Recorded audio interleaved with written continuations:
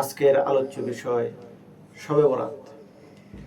শবে বরাত ইসলামী ইতিহাসের অত্যন্ত গুরুত্বপূর্ণ মহান এক মর্যাদাপূর্ণ রাত। এই শবে বরাত আমাদের কাছে ভাগ্য রজনী হিসাবে পরিচিত। রাসূলুল্লাহ সাল্লাল্লাহু আলাইহি ওয়াসাল্লাম নিজে শবে বরাত পালন করেছেন। সাহাবায়ে কেরাম এই শবে বরাত পালন করেছেন।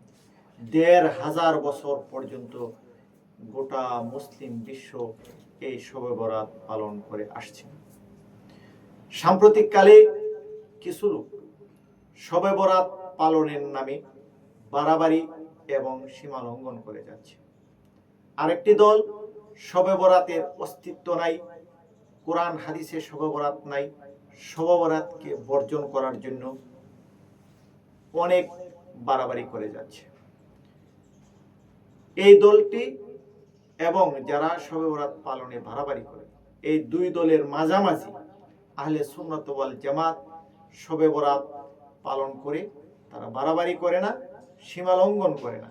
কোরআন এবং হাদিসের মধ্যে যেভাবে শবে বরাত পালন করার নির্দেশনা এসেছে এইভাবে শবে বরাত পালন করে আসছে।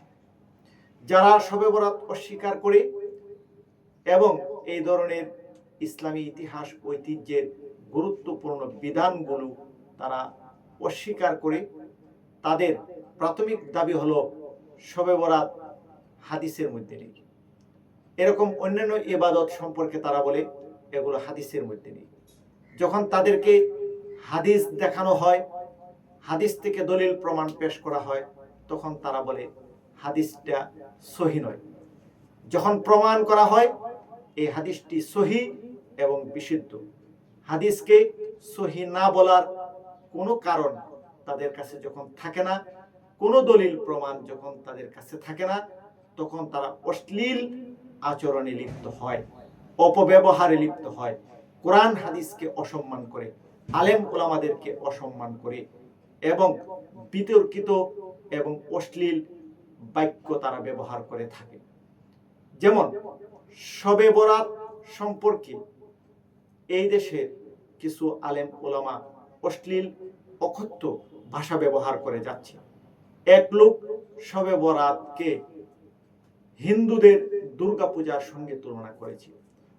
আরেক লোক শবে বরাতকে বেশ্যাখানায় বা শবে বরাত পালন করা এবং বেশ্যাখানায় সময় কাটানোর সঙ্গে তুলনা করেছে। এই রকম আরো অনেক ধরনের অশ্লীল আচার আচরণ, অশ্লীল বাক্য, অশ্লীল ব্যবহার তারা করেছে এবং করে যাচ্ছে। সামান্য একটা নমুনা আপনারা শুনুন। হিন্দুদের দুর্গা পূজার মতো বাংলাদেশে শবে বরাতের পূজা হয়, রাত্রির পূজা হয়, এখানে বাজার পূজা হয়, এটা আল্লাহর ইবাদত হয় না। 14 শাবানের রাতে এইভাবে মসজিদে শবে বরাতকে হিন্দুদের দুর্গা পূজার সঙ্গে তুলনা করেছে। গোটা বিশ্বের কোনো মুসলমান এটা মেনে নিতে পারে না।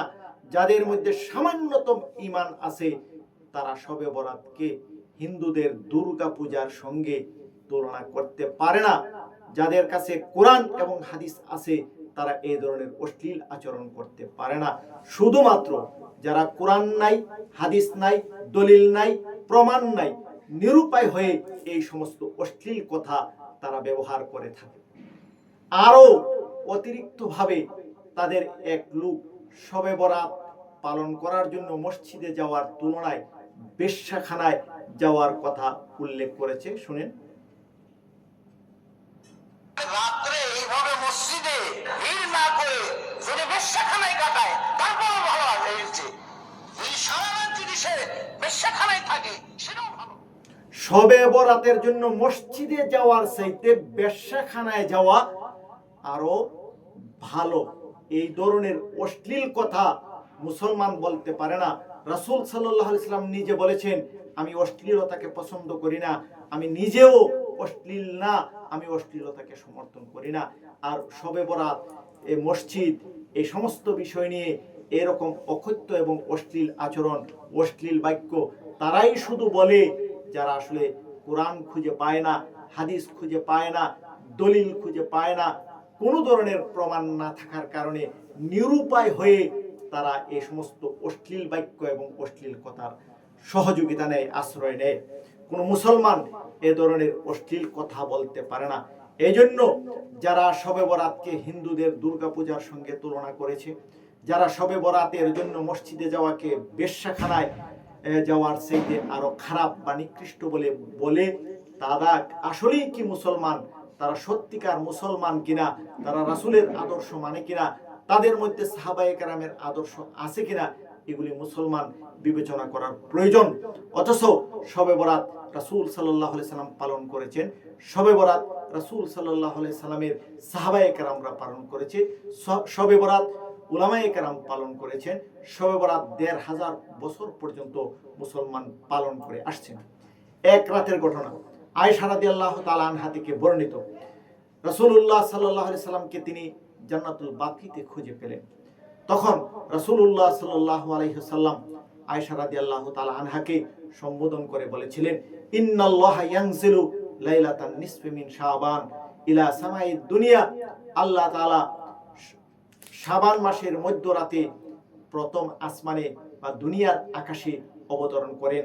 ফায়াগফিরু লি আকসারা মিন আদাদে শারি গানামি কালবিন, কালব গোত্রের অসংখ্য অগণিত ছাগলের গায়ে অসংখ্য অগণিত পশম যেইভাবে সীমা নাই, শবে বরাতে আল্লাহ তাআলা ওই পরিমাণ গুনাহ ক্ষমা করে দেন যার কোনো সীমা নেই।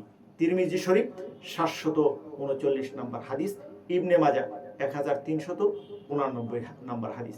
এই হাদিসটি মুআয ইবনে জাবাল রাদিয়াল্লাহু তাআলা আনহু এবং প্রায় ১০ জন সাহাবী থেকে বর্ণিত হয়ে আসছে। অন্য বর্ণনায় রাসূলুল্লাহ সাল্লাল্লাহু আলাইহি সাল্লাম বলেন, ফায়াগফিরু লিজামিই খালকিহি, আল্লাহ তাআলা শবে বরাতে মানব দানব সবাইকে ক্ষমা করেন।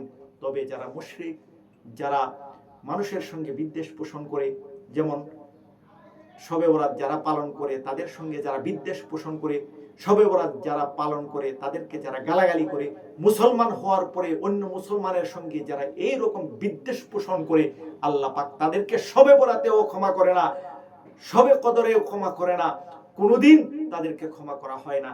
এই হাদিসটা সহিহ ইবনে হিব্বান 12 নম্বর খণ্ড 481 নম্বর পৃষ্ঠায় বর্ণিত আছে। তবরানী কবির 20 নম্বর খণ্ড 109 নম্বর পৃষ্ঠায় বর্ণিত আছে। বাইহাকি শুআবুল ঈমান 5 নম্বর খণ্ড 262 নম্বর পৃষ্ঠায় বর্ণিত আছে। শবে বরাতে কি করণীয় তা রাসূল সাল্লাল্লাহু আলাইহি সাল্লাম থেকে বর্ণিত আছে, সাহাবায়ে কেরাম থেকে বর্ণিত আছে। সাহাবী আলী রাদিয়াল্লাহু তাআলা আনহু বর্ণনা করেন, ইযা কানাত লাইলাতুন নিসফি মিন শাবান, শাবান মাসের মধ্য রজনীতে শবে বরাতে কি করণীয়, যখন আসবে এই রাত, ফাকুমু লাইলাহা, গোটা রাত জেগে ইবাদত করো, ওয়া সুমু নাহারাহা, এবং পরদিন রোজা রাখো। তবে রাতে নির্দিষ্ট কোনো ইবাদত নেই, নামাজ পড়তে পারেন নফল, রোজা রাখতে পারেন, কোরআনে কারীম তিলাওয়াত করতে পারে, তাসবিহ পড়তে পারে। কবর জিয়ারতের যে বিষয়টা বর্ণিত আছে, রাসূল সাল্লাল্লাহু আলাইহি সাল্লাম শবে বরাতে কবর জিয়ারত করার জন্য গিয়েছিলেন। কারো যদি ইচ্ছা হয় মা বাবা আত্মীয় স্বজনের কবর জিয়ারত করবেন, যেতে পারেন। তবে দলে দলে নারী পুরুষে আতশবাজি করা, মিছিল করা, হই হুল্লা করা, এগুলি ইসলাম কোনো ধরনের ইবাদতের ক্ষেত্রে সমর্থন করে না। এবার আসেন শবে বরাত সম্পর্কীয় হাদিস। শবে বরাত সম্পর্কীয় হাদিস সম্পর্কে আমি আগেই বলেছি, তারা বলে শবে বরাত সম্পর্কীয় কোনো হাদিস নেই। যখন আমরা হাদিস তাদেরকে পেশ করি তখন তারা বলে হাদিস সহিহ নয়। যখন আমরা হাদিস সহিহ প্রমাণ করি, এমনকি যেই দলের লোকেরা শবে বরাত সম্পর্কীয় হাদিসগুলোকে অস্বীকার করে, তাদের ইমামদের কিতাবের মধ্যে ব্যাপকভাবে লিখেছে শবে বরাতের যাবতীয় হাদিসগুলির সমন্বয়ে সহিহ এবং গ্রহণযোগ্য, আমলযোগ্য, তখন তারা নিরুপায় হয়ে অশ্লীল আচরণ এবং মুসলমানদের সঙ্গে অপব্যবহারে লিপ্ত হয়, খারাপ ব্যবহার করে, কোরআন হাদিসকে অবমাননা করে, উলামায়ে কেরামদেরকে অবমাননা করে, শবে বরাতকে দুর্গাপূজা, হিন্দুদের দুর্গাপূজার সঙ্গে তুলনা করে, শবে বরাতের জন্য মসজিদে যাওয়াকে তারা বেশ্যাখানার সাথে তুলনা করে। এগুলি হলো তাদের দুর্বলতা আর পরিচয়, কোরআন হাদিস না জানার পরিচয়।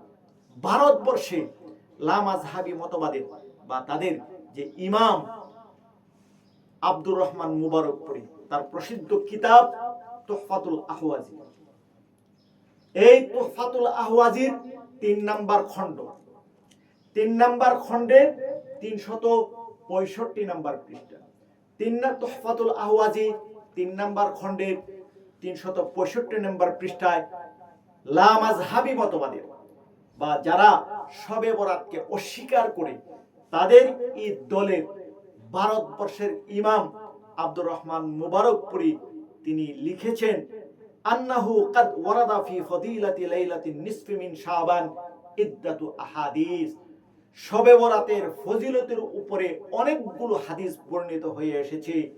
মাজমুউহা ইয়াদুল্লু, এই হাদিসগুলো সমষ্টিগতভাবে প্রমাণ করে আলা আন্না লাহা আসলান, শবে বরাতের অস্তিত্ব আছে, ভিত্তি আছে। অনুরূপভাবে আরব আজম গোটা বিশ্বে লামাযহাবী মতবাদের ইমাম নাসিরউদ্দিন আলবানী তার প্রসিদ্ধ কিতাব সিলসিলাতুল আহাদিস আস-সহিহা, সিলসিলাতুল আহাদিস আস-সহিহা, সিলসিলাতুল আহাদিস আস-সহিহা 3য় খণ্ড 135 নাম্বার পৃষ্ঠা, হাদিস নাম্বার 1144, 1144 নাম্বার হাদিস এর আলোকে শবে বরাতের যাবতীয় হাদিস নিয়ে তিনি আলোচনা করেছেন এবং কোন কোন কিতাবে এই হাদিসগুলি পাওয়া যায় তিনি এগুলি উল্লেখ করেছেন, পর্যালোচনা করছেন। পর্যালোচনার শুরুতেই তিনি লিখেছেন হাদিসুন সহিহুন, হাদিসুন সহিহুন, শবে বরাতের হাদিসগুলো বিশুদ্ধ সহিহ। এবং নাসিরউদ্দিন আলবানী তাও লিখেছেন শবে বরাতের এই হাদিসগুলি প্রায় 10 জন সাহাবী, বিশিষ্ট সাহাবী থেকে বর্ণিত হয়ে এসেছে, বিভিন্ন কিতাবের মধ্যে এসেছে এবং বিভিন্ন সনদের মাধ্যমে এসেছে। রুবিয়া আন জামাআতিন মিনাস সাহাবা মিন তুরুকিন মুখতালিফা ইয়াশুদ্দু বাযুহা বাযা, শবে বরাতের হাদিসগুলো বিভিন্ন সনদে বর্ণিত হয়ে আসছে, যে একটা সনদ আরেকটা হাদিসকে আরো শক্তিশালী করে। এভাবে মুসলিম বিশ্বের মুহাদ্দিস এবং বিজ্ঞ উলামায়ে কেরাম শবে বরাতের হাদিসগুলোকে সহিহ বলেছেন, শবে বরাতের হাদিসগুলিকে নির্ভরযোগ্য বলেছেন। 1500 বছর থেকে শবে বরাত পালন করে আসছে মুসলমানেরা। এভাবে শবে বরাত এর মাধ্যমে মানুষ আল্লাহ তাআলার কল্যাণ এবং মুক্তি গ্রহণ করে যাচ্ছে। কিন্তু মানুষকে বিভ্রান্ত করার জন্য একটা দল বের হয়েছে, যারা মুসলমানদেরকে বিভ্রান্ত করার জন্য বিভিন্নভাবে অশ্লীলতার আশ্রয় নিচ্ছে। এই জন্য মুসলমানদেরকে এই ধরনের বিভ্রান্ত মতবাদ এবং বিভ্রান্তকারীদের থেকে বেঁচে থাকার জন্য, নিরাপদ থাকার জন্য সর্বদা সতর্ক থাকতে হবে। আল্লাহ পাক আমাদেরকে তৌফিক দান করুন।